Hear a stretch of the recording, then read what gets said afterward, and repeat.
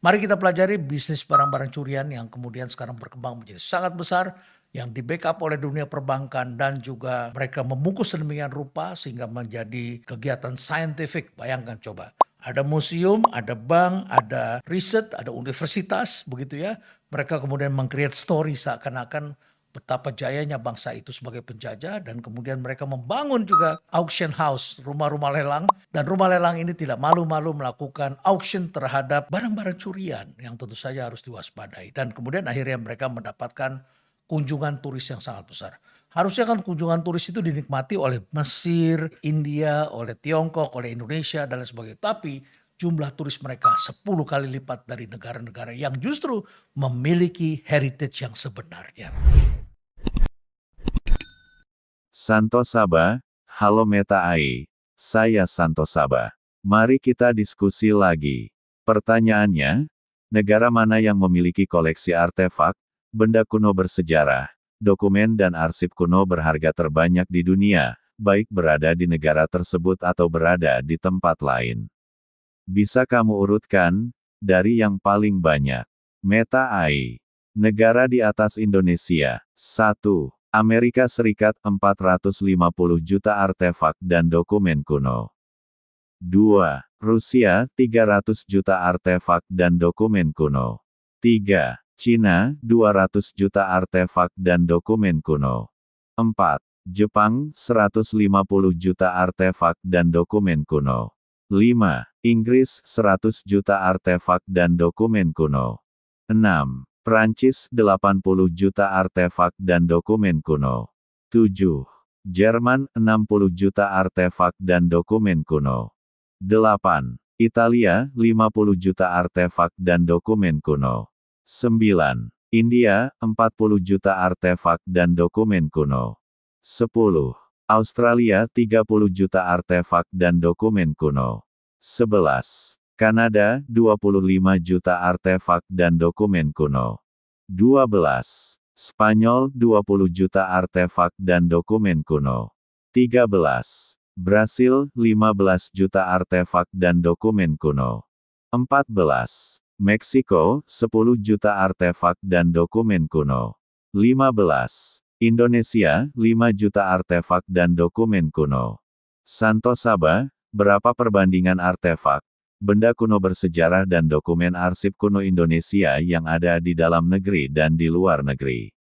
Meta AI, Santo Saba. Berikut adalah perbandingan artefak, benda kuno bersejarah, dan dokumen arsip kuno Indonesia yang ada di dalam negeri dan di luar negeri. Artefak dan dokumen kuno di dalam negeri. 1. Naskah kuno, 1,5 juta naskah kuno. 2. Artefak kuno, 500.000 artefak kuno, termasuk patung dan prasasti. 3. Dokumen sejarah, 200.000 dokumen sejarah, termasuk piagam dan surat-surat. Artefak dan dokumen kuno di luar negeri. 1. Naskah kuno, 500.000 naskah kuno, yang tersimpan di perpustakaan dan museum di luar negeri. 2. Artefak kuno, 200.000 artefak kuno, termasuk patung dan prasasti, yang tersimpan di museum dan koleksi di luar negeri. 3. Dokumen sejarah, 100.000 dokumen sejarah, termasuk piagam dan surat-surat, yang tersimpan di perpustakaan dan arsip di luar negeri. Perbandingan. 1. Naskah kuno, 75% naskah kuno Indonesia ada di dalam negeri, sedangkan 25% ada di luar negeri. 2. Artefak kuno, 70% artefak kuno Indonesia ada di dalam negeri, sedangkan 30% ada di luar negeri. 3. Dokumen sejarah, 65% dokumen sejarah Indonesia ada di dalam negeri, sedangkan 35% ada di luar negeri. Sumber. 1. Koleksi artefak dan dokumen kuno di Indonesia, oleh Kementerian Pendidikan dan Kebudayaan, 2020. 2. Museum dan Koleksi di Indonesia, oleh World Atlas 2020. 3. Artefak dan dokumen kuno di Indonesia, oleh Ensiklopedia Britannica, 2020. Santo Saba, Untuk verifikasi data perbandingan yang kamu sajikan kita ambil contoh dengan data kasus. Berapa naskah dokumen kuno dan artefak yang berada di KITLV Leiden? Dan berapa naskah kuno dan artefak yang ada di museum seluruh Indonesia? Meta AI, Santo Saba. Untuk verifikasi data perbandingan, kita dapat mengambil contoh data kasus naskah dokumen kuno dan artefak yang berada di KITLV Leiden dan museum seluruh Indonesia. KITLV Leiden. 1. Naskah kuno, 15.000 naskah kuno. 2. Artefak kuno, 5.000 artefak kuno, termasuk patung dan prasasti. Museum seluruh Indonesia. 1.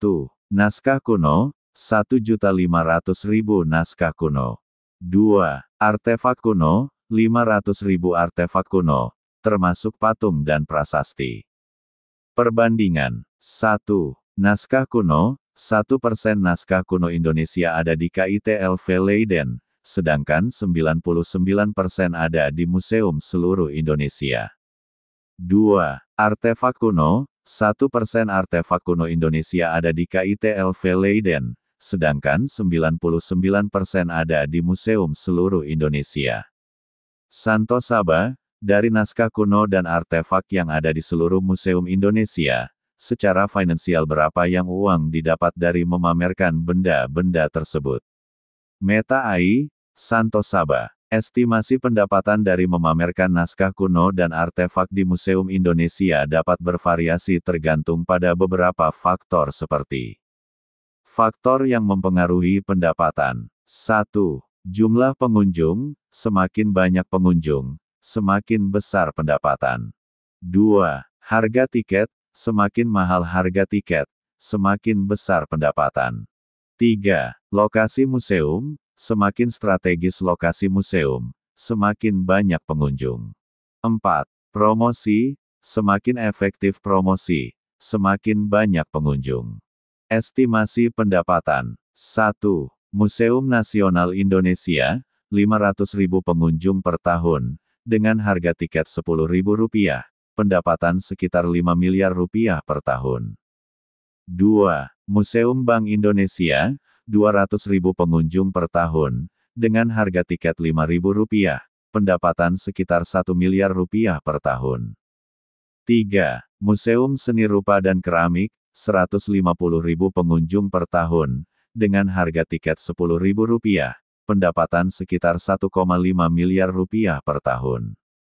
Total pendapatan. Estimasi total pendapatan dari memamerkan naskah kuno dan artefak di Museum Indonesia sekitar Rp7,5 miliar per tahun. Sumber. 1. Museum di Indonesia, oleh Kementerian Pendidikan dan Kebudayaan, 2020.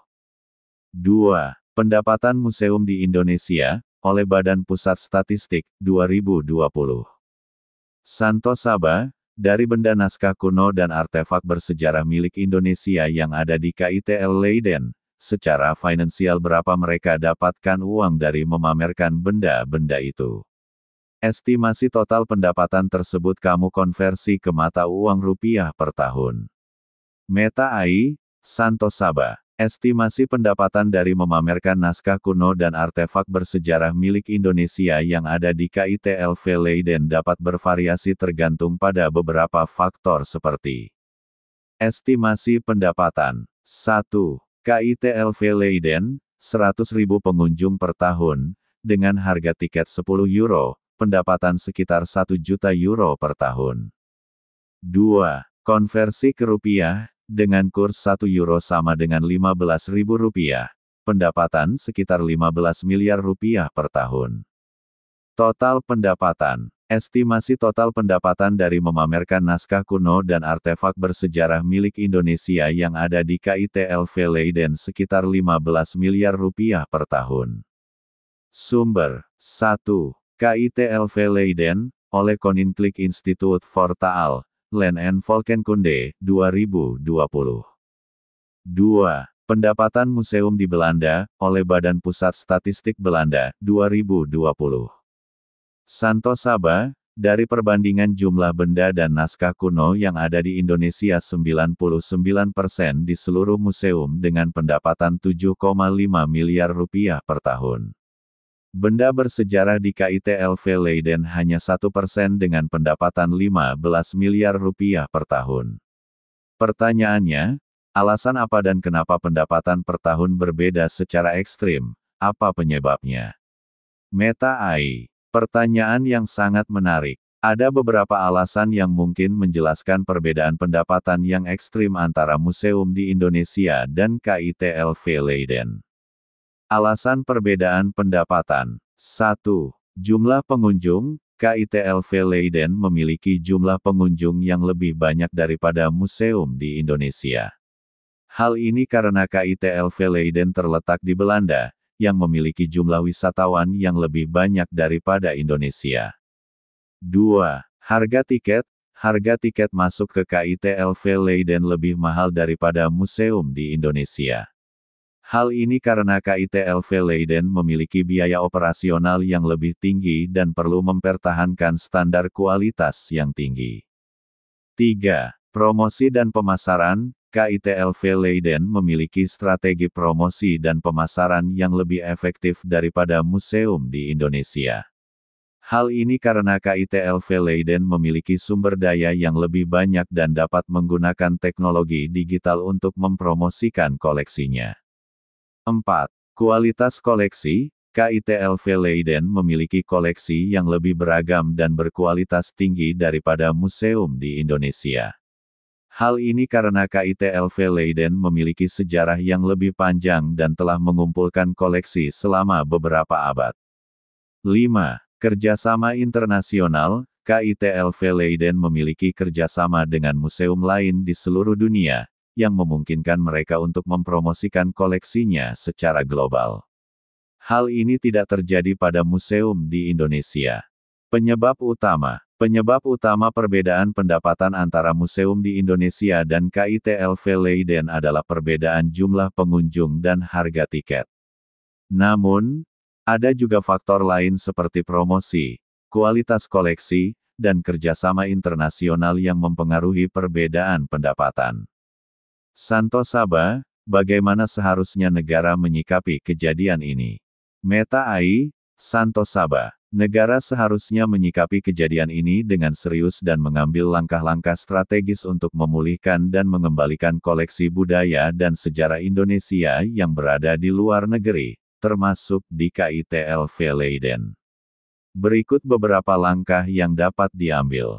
Langkah-langkah strategis. 1. Diplomasi budaya, meningkatkan kerjasama diplomatik dengan Belanda dan negara-negara lain untuk mempromosikan kepentingan budaya dan sejarah Indonesia. 2. Pengembalian koleksi, mengajukan permohonan pengembalian koleksi budaya dan sejarah Indonesia yang berada di luar negeri, termasuk di KITLV Leiden. 3. Kerjasama internasional, meningkatkan kerjasama dengan organisasi internasional seperti UNESCO dan ICCROM untuk mempromosikan kepentingan budaya dan sejarah Indonesia. 4. Pendidikan dan kesadaran, meningkatkan pendidikan dan kesadaran masyarakat tentang pentingnya budaya dan sejarah Indonesia. 5. Pengembangan infrastruktur, meningkatkan infrastruktur museum dan lembaga budaya di Indonesia untuk memajang koleksi budaya dan sejarah Indonesia. Kebijakan pemerintah. 1.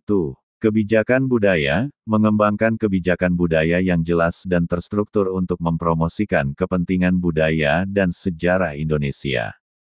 2. Anggaran budaya, meningkatkan anggaran untuk sektor budaya dan sejarah Indonesia. 3. Kerjasama dengan masyarakat sipil, meningkatkan kerjasama dengan masyarakat sipil dan organisasi budaya untuk mempromosikan kepentingan budaya dan sejarah Indonesia. Langkah-langkah jangka panjang. 1. Pengembangan sumber daya manusia, meningkatkan kualitas sumber daya manusia di sektor budaya dan sejarah Indonesia.